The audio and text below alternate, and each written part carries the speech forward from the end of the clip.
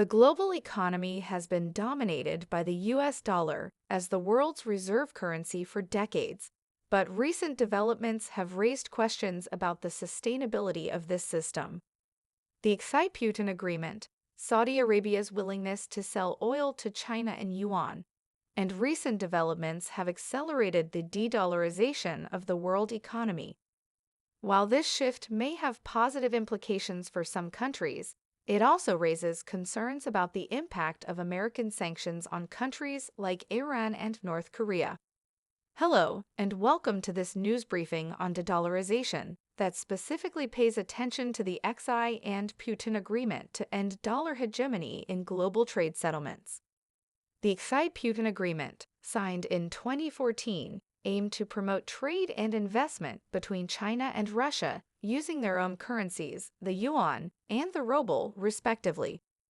This move challenged the dominance of the US dollar in international trade and finance. The recent 2023 meeting between Presidents Xi and Putin further strengthened the partnership between China and Russia and raised concerns for the US as the two countries increase cooperation and trade using their own currencies. Saudi Arabia's shift towards selling oil in yuan is another significant development in the de-dollarization of the world economy. In 2023, Saudi Crown Prince Mohammed bin Salman and Chinese President Xi Jinping agreed to increase cooperation on energy and trade, including Saudi Arabia selling oil to China in yuan. Saudi Arabia, the world's largest oil exporter, has traditionally sold oil in US dollars. However, this shift could further reduce the dominance of the US dollar in international trade and finance, particularly in the oil market. The de-dollarization of the world economy could have significant implications for China and other countries. As the world's second-largest economy, China has been pushing for a more multipolar currency system to reduce its dependence on the US dollar.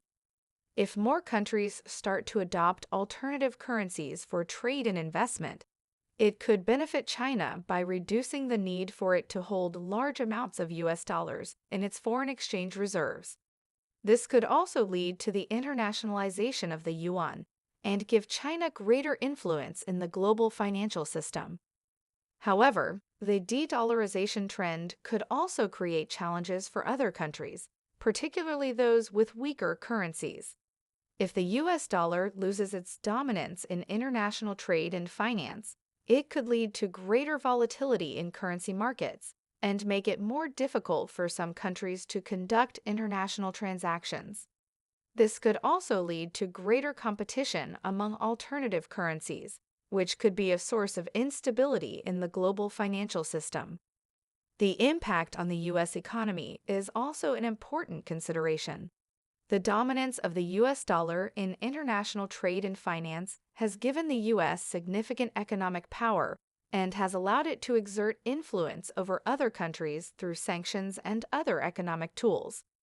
If the de-dollarization trend continues, it could undermine this power and make it more difficult for the US to achieve its foreign policy goals.